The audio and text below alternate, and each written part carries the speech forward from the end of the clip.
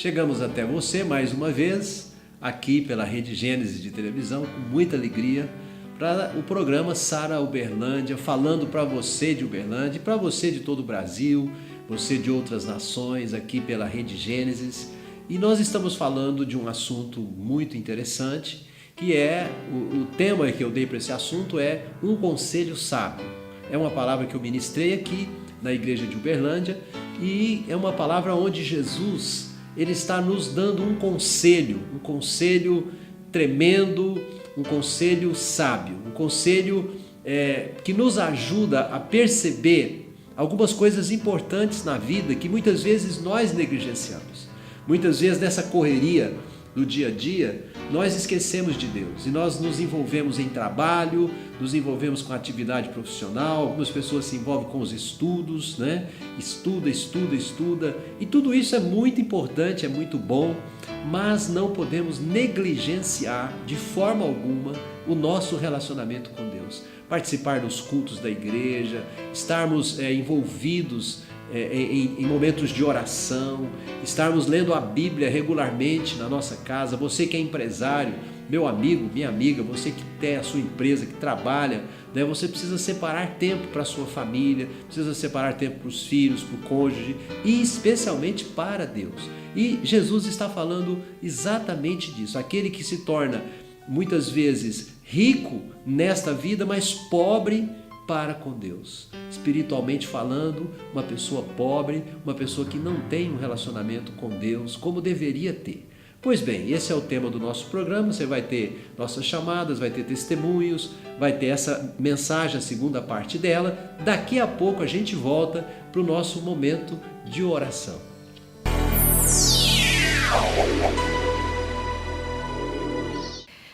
Quem me conhece já devem ter visto, eu já falei sobre perdão, que eu abri meu coração, eu me dispus a perdoar. Já falei sobre aquilo que Deus tem feito na minha vida, aquilo que eu entendi quando eu vim para a Sara, que para ser um verdadeiro cristão sem oração e sem palavra, nós não somos cristãos. E de repente eu fui para o Revisão de Vidas, terminei o instituto e eu disse que eu não iria abrir célula, que eu não me via com isso, apesar de, por ter vindo de outras igrejas, eu sempre trabalhei com adolescentes, mas eu não me via trabalhando com células. Mas eu queria fazer algo para Deus, eu queria ser algo, né? Fazer algo na Sara, porque eu não consigo ficar no banco. E então eu comecei a trabalhar com a célula, tinha um emprego muito bom, excelente, fui para um outro melhor ainda e recebi a proposta para um outro trabalho que era assim, meu trabalho dos sonhos. Mas de repente nenhum desses 3 trabalhos deram certo. E eu estava trabalhando com células, comecei uma coisa que eu tenho até vergonha, porque eu nunca fui dizimista. E aí, de repente, quando eu comecei a mudar tudo na minha vida, mudar o emprego, eu voltei, né, comecei a ser dizimista e fazer um trabalho na igreja, eu perdi meu emprego. Eu fiquei desesperada, louca, porque quem não fica hoje, né, principalmente com conta, eu sempre fui muito correta com minhas contas. Mas eu resolvi que eu precisava de mudar tudo.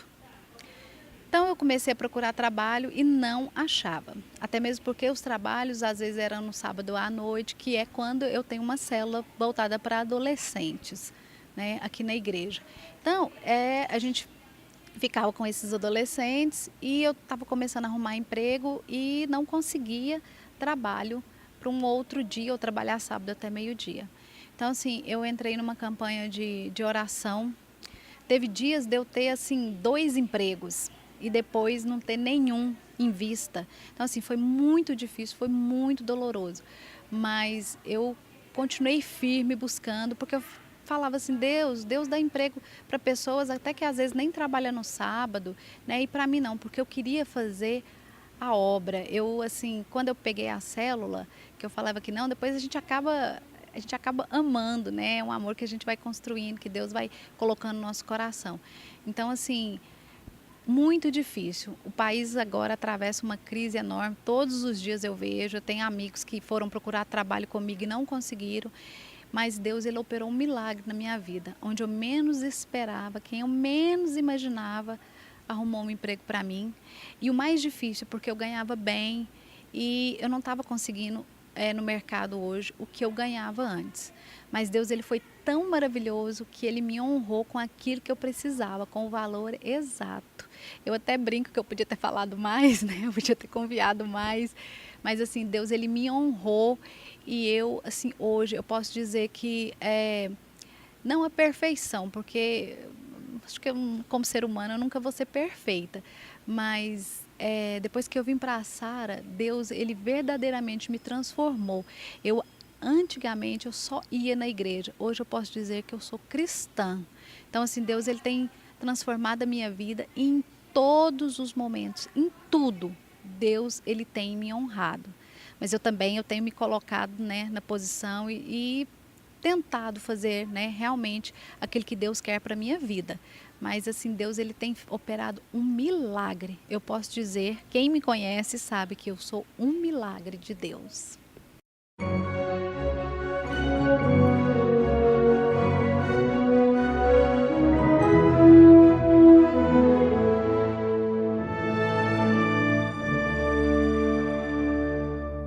Eu quero que você volte lá para a parábola, vamos voltar para Lucas, capítulo 12 novamente, né? Qual foi o efeito da riqueza no coração daquele homem? Aquela colheita muito abundante, o que isso gerou no coração daquele homem? Primeira coisa, no versículo 17, diz assim: arrazoava consigo mesmo, que farei? Que farei, pois não tenho onde recolher a minha colheita. Então aquilo trouxe uma preocupação demasiada no coração daquele homem. O que eu vou fazer agora? Né?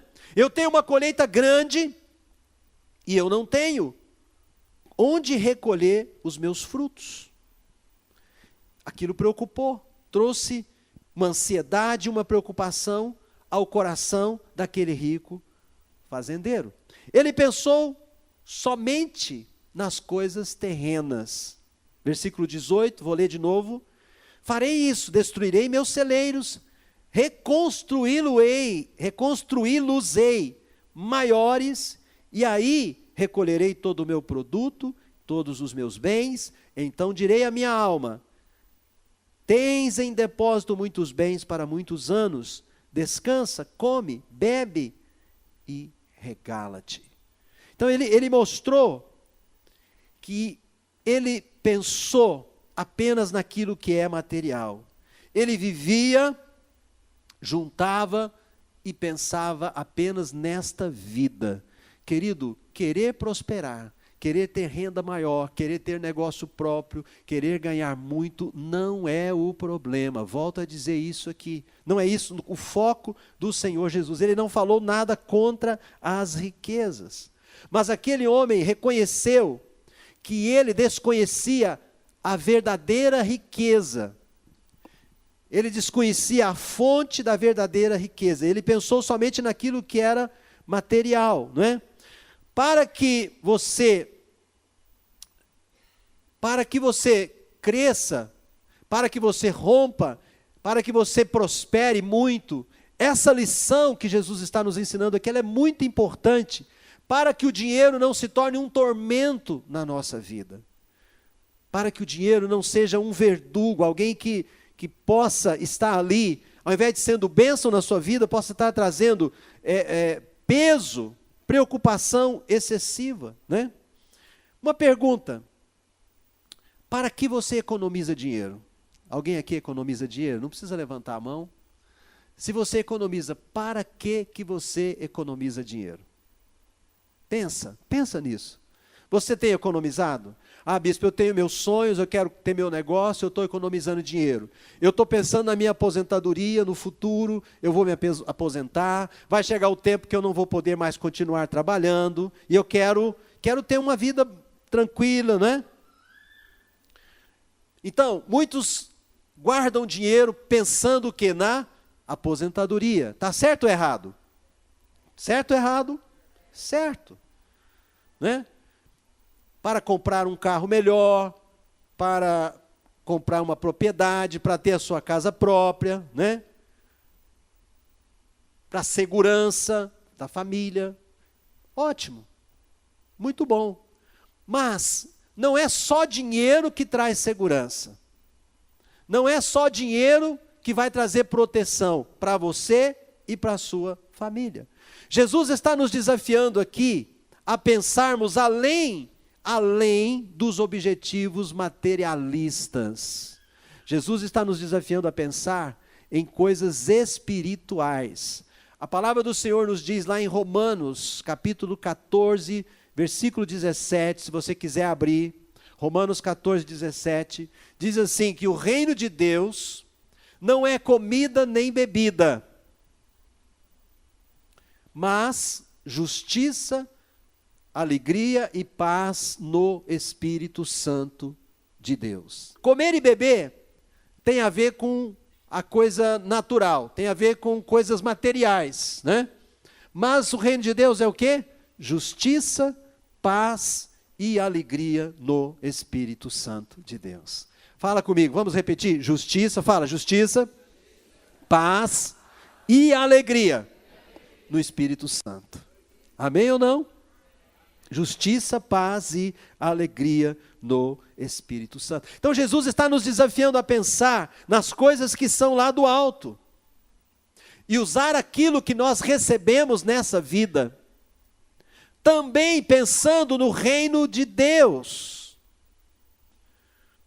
As pessoas que chamam Deus para serem seus sócios. É interessante que o bispo Rodovalho, ele colocou para nós uma oferta que ele chama de oferta dos parceiros de Deus, né? Parceiros de Deus. Já pensou que coisa maravilhosa você ser um parceiro de Deus, né?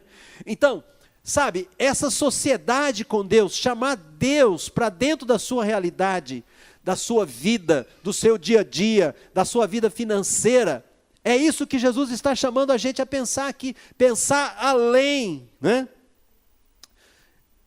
Usar o dinheiro para promover a fé, para promover a obediência ao reino de Deus, para a expansão do reino de Deus, né? Isso é algo que nós precisamos pensar no valor e na importância disso. Porque o reino de Deus, ele faz toda a diferença na vida das pessoas. Quando o reino de Deus chega, quando o reino de Deus faz parte de um lar, de uma família, na vida de um empresário, do negócio de um empresário, quando o reino de Deus faz parte da vida de um jovem, de um casal, isso faz toda a diferença na vida daquele casal, daquela família, daquele empresário, do que for, de uma nação, de um povo. O reino de Deus, ele traz a justiça, o reino de Deus traz a alegria, o reino de Deus traz a paz. Isso dinheiro nenhum compra. Amém ou não amém? Diga um amém bem forte, querido. Dinheiro nenhum compra, né? Então a fé, a obediência, os caminhos do reino de Deus, né? É isso que nos torna ricos espiritualmente. Isso nos faz nos tornarmos pessoas ricas espiritualmente. É o caminho para que nos tornemos pessoas ricas espiritualmente. E tudo começa no espírito. Então primeiro precisa começar no espírito. A nossa maior riqueza tem que começar no espírito, no espiritual. Ontem eu estava celebrando um casamento numa chácara, um casamento bonito, maravilhoso, e eu estava dando conselho para aquele casal ali no altar. Sabe, muitas vezes as pessoas se casam e elas vão trabalhar e vão correr atrás da vida e construir seus sonhos, mas muitas vezes elas estão pensando só no material. Esquecem do espiritual, esquecem da importância de estarem firmadas na casa de Deus, na palavra de Deus, na vida com Deus, no andar com Deus, no dia a dia com Deus. Nas faculdades, nas universidades, as pessoas, os professores, os cursos, eles ensinam a matéria, né? São várias matérias na área de exatas, na área de humanas, ensinam a matéria sempre com um foco. Qual é o foco? Ganhar dinheiro. Muitas vezes as pessoas estão procurando qual é o curso que vai dar mais dinheiro. Qual é o curso que o mercado mais está precisando? É esse que eu quero fazer, porque eu quero ganhar dinheiro. Ganhar dinheiro é importante, queridos, mas nós não podemos pensar só nisso.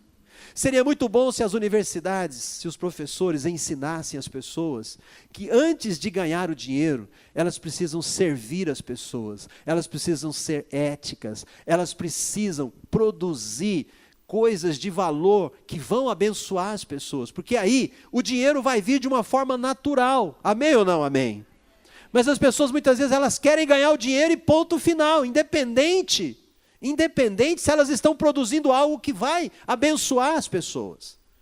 E muito menos elas não têm uma aliança com Deus. Elas não estão preocupadas. O que Deus quer me orientar, o que Deus quer, qual é o conselho de Deus para a minha vida? E é nesse ponto que Jesus então nos chama a nossa atenção nessa parábola. Preparar-se para desfrutar a vida depois de anos de trabalho é sábio. É inteligente. Pensar no futuro, pensar na aposentadoria é inteligente. Mas negligenciar a vida depois da morte será desastroso. Semana passada eu falei sobre a volta de Jesus. Nós temos que nos preparar para a volta de Jesus. Então nós podemos ganhar muito dinheiro nessa vida, podemos ter uma vida próspera financeira, mas também temos que ter uma vida próspera espiritualmente falando. Quero ouvir um amém seu. Não podemos negligenciar a vida espiritual. Aquele homem da parábola, ele se esqueceu de Deus, o autor de todas as bênçãos. Ele pensou só no material. Aos olhos de Deus, ele foi um tolo. Foi isso que Jesus disse, verso 20. Deus lhe disse, louco, um tolo, esta noite te pedirão a tua alma, e o que tens preparado para quem será? Esta noite te pedirão a tua alma. Ele teve aquela produção maravilhosa, muito dinheiro, mas ele não sabia que ele iria morrer naquela noite. Jesus falou tolo, e ele não tinha preparado a vida espiritual dele. Ele não tinha uma vida com Deus. Aquele homem morreu, e ele foi despreparado para a eternidade. Ele não estava preparado para a eternidade. Eu falei na semana passada, que aqueles que, quando Jesus vier, estiverem preparados, eles terão seus corpos naturais transformados em um corpo celestial. E nós iremos viver a eternidade com Deus. Isso não é maravilhoso, queridos? Isso é riqueza. Isso é riqueza, é o que Deus tem para nós, né? Mas esse aqui, o Senhor diz, o que tens preparado, para quem será? Deixa eu falar algo para você nessa noite, meu irmão. Quero falar para você que assiste aí também na TV, você que está me assistindo nesse programa de hoje, né?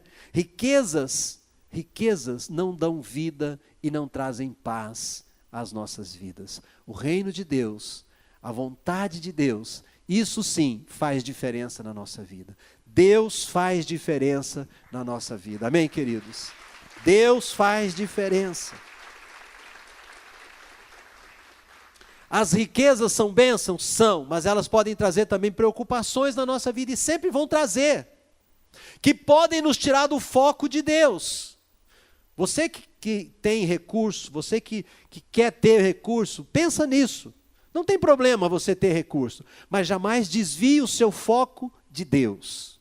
Jamais desvie o seu foco de Deus. Não use os recursos, mesmo que você tenha pouco hoje. Seja fiel a Deus no pouco, no dízimo, na oferta, em abençoar pessoas que precisam, que têm necessidade, né? Não use só para você. Quando você traz o dízimo, quando você traz a oferta, você está abençoando o avanço do reino de Deus, o avanço da pregação do evangelho, da palavra de Deus, para que mais e mais vidas sejam salvas. Então você estará promovendo o reino de Deus. Isso vai trazer retorno também para a sua vida. Para a gente encerrar, eu quero abrir em 1 Timóteo capítulo 6, mais uma vez, volte lá comigo. Tem uma sequência aqui que é importante, depois que Jesus fala que o amor ao dinheiro é a raiz de todos os males. Eu quero que você veja agora comigo, novamente, 1 Timóteo capítulo 6, a partir do versículo 13. Olha o conselho do Senhor para nós. 1 Timóteo 6, versículo 13. Exorto-te perante Deus, que preserva a vida de todas as coisas, e perante Cristo Jesus, que diante de Pôncio Pilatos fez a boa confissão, que guardes o mandato imaculado, irrepreensível, até a manifestação do nosso Senhor Jesus Cristo. Você pode dar um amém para essa palavra? A manifestação do nosso Senhor Jesus Cristo aqui é a segunda volta de Jesus, é quando ele volta. Verso 15, a qual, a manifestação dele, né? Em suas épocas determinadas, há de ser revelada pelo bendito e único soberano, o Rei dos reis e o Senhor dos senhores, o único que possui imortalidade, o único que habita em luz inacessível, a quem homem algum jamais viu, nem é capaz de ver. A ele a honra e poder eterno. Amém. Verso 17. Exorta os ricos do presente século, que não sejam orgulhosos, que não depositem a esperança na instabilidade da riqueza, mas em Deus, que tudo nos proporciona ricamente para o nosso aprazimento. 18, que pratiquem o bem, sejam ricos de boas obras, generosos em dar e prontos a repartir, que acumulem para si mesmos tesouros, sólido fundamento para o futuro, a fim de se apoderarem da verdadeira vida. Quero ouvir um glória a Deus bem forte seu. Amém, querido? Ele está dizendo que nós devemos acumular, sim, tesouros, fundamentos para o futuro, a fim de nos apoderarmos da verdadeira vida. A riqueza mais importante que nós precisamos ter é a nossa vida com Deus. É uma vida espiritual plena, é uma vida espiritual ativa, né? Você pode ter riqueza neste mundo? Pode, deve, mas não deixa que isso seja o ponto final na sua vida. Não fique, né, envolvido só com isso. Não, querido. Tenha tempo para Deus. Coloque Deus em primeiro lugar na sua vida. Use as riquezas que Deus colocar na sua mão. Não espere você ser rico. Use o que você tem hoje. E se você quer ser rico, fale com Deus e trabalhe muito. Porque riqueza é resultado de muito trabalho e da bênção de Deus. Amém ou não amém? Riqueza abençoada, né? Glória a Deus. O diabo também dá riqueza.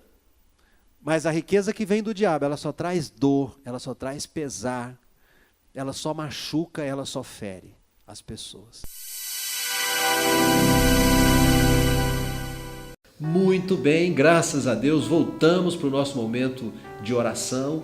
E eu gostaria de dizer, olha, eu espero que essa palavra tenha abençoado você. E agora eu quero chamar você para esse momento maravilhoso que é o momento de oração. Eu não sei qual é o seu momento. De repente você está passando por um momento muito bom.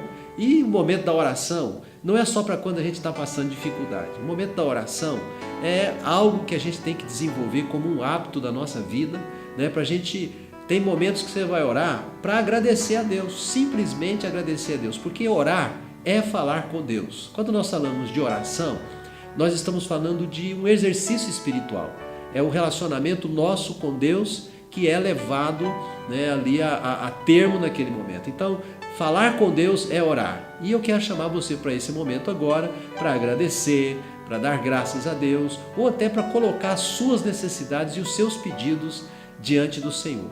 Temos que orar muito pelo Brasil, porque o Brasil precisa, né, de um toque de Deus, nossos governantes precisam de um toque de Deus, nós precisamos de homens honestos, íntegros, dispostos a trabalhar pela nação, dispostos a trabalhar pelo bem comum, pela sociedade como um todo, pensando em todos os segmentos da sociedade. Que Deus nos ajude, que essa pátria realmente seja abençoada e que Deus levante homens e mulheres segundo o coração dele. Vamos orar? É momento de oração.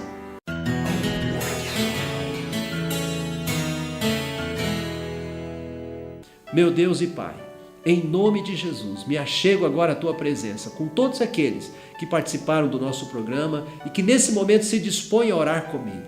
Meu Deus, oramos que a graça, o amor, a bondade, a misericórdia do Senhor venham na vida de cada pessoa, de cada família, de cada casal, aqueles que têm passado por conflitos nos relacionamentos, aqueles que estão desempregados, aquela pessoa que está lutando com alguma enfermidade, que está desenganada pelos médicos. Meu Deus, põe a tua mão, ordena a tua bênção, envia o teu anjo, o anjo do Senhor, o anjo que traz as respostas de Deus. Envia esses anjos agora, Senhor, na direção daquele que necessita, daquele que crê, daquele que está buscando do Senhor o seu socorro, buscando no Senhor a sua força. Meu Deus, fala conosco, que nós possamos nos tornar pessoas ricas em Deus, ricas do teu relacionamento, da tua presença.